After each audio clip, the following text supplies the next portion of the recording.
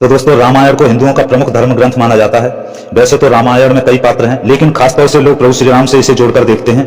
लेकिन यह भी सच है कि अगर रावण ना होता तो शायद ही रामायण की रचना न हो पाती। रावण को लोग अनीति, अनाचार, काम, क्रोध, अधर्म और बुराई का प्रतीक मानते हैं, परंतु लोग ये भूल जाते हैं कि रावण में भले ही कई दुर्गुण थे, लेकिन वह एक प्रकांड विद्वान और ज्ञानी भी था।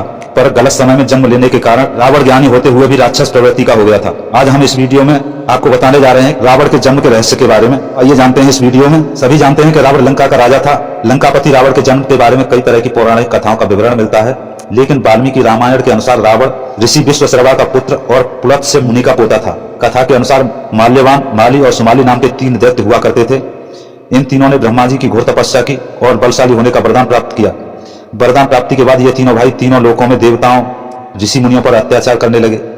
यह देख सभी देवता भगवान शंकर के पास गए और बचने के लिए कहा, उनसे प्रार्थना की। भगवान शंकर ने यह कहते हुए मना कर दिया कि ये तीनों दैत्य मेरे हाथों नहीं मारे जा सकते, इसलिए आप श्री विष्णु जी के पास जाएं। भगवान शंकर की बातें सुनकर सभी देवतागण भगवान शंकर को प्रणाम करते हुए विष्णु जी के पास चले गए। विष्णु जी के पास पहुंचकर सभी देवताओं ने दैत्यों के बारे में बताया और रक्षा करने की विनती भी की। देवताओं की बात सुनकर श्री हरि विष्णु ने आश्वासन देते हुए कहा कि आप सभी जाएं और भय मुक्त होकर जीवन व्यतीत करें। देवताओं के जाने के बाद श्री विष्णु पृथ्वी लोक की ओर चल दिए और तीनों भाइयों को युद्ध के लिए ललकारा। उसके बाद भगवान विष्णु और तीनों भाई माल्यवान, माली और सुमाली के बीच भयंकर युद्ध हुआ। युद्ध में माली मारा गया। माल्यवान और सुमाली डरकर पाताल लोक भाग गए। कुछ समय बाद सुमाली पाताल लोक से बाहर निकलकर पृथ्वी पर भ्रमण करने आया, लेकिन अंदर से वो डर रहा था कि कहीं कोई देवता उसे ना देख ले।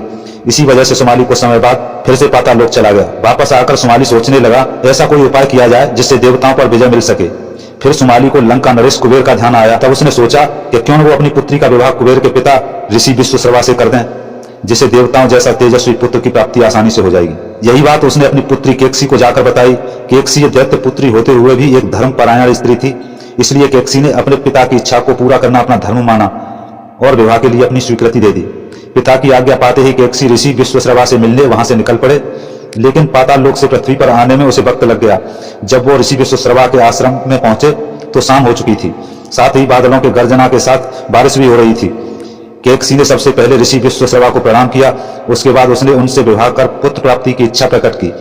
केकसी की बात सुनकर ऋषि विश्वश्रवा ने कहा, हे कन्या, मैं तुम्हारी ये इच्छा तो पूर्ण कर सकता हूँ, लेकिन तुम बहुत ही अशुभ समय में आई हो, इसलिए तुम्हारे पुत्र राक्षस प्रवृत्ति के होंगे। यह सुनकर केकसी ने ऋषि विश्वश्रवा के चरण पकड़ लिए और बोली, हे ब्रह्मवादी, मैं ऐसे दुराचार पुत्र को लेकर क्या करूंगी?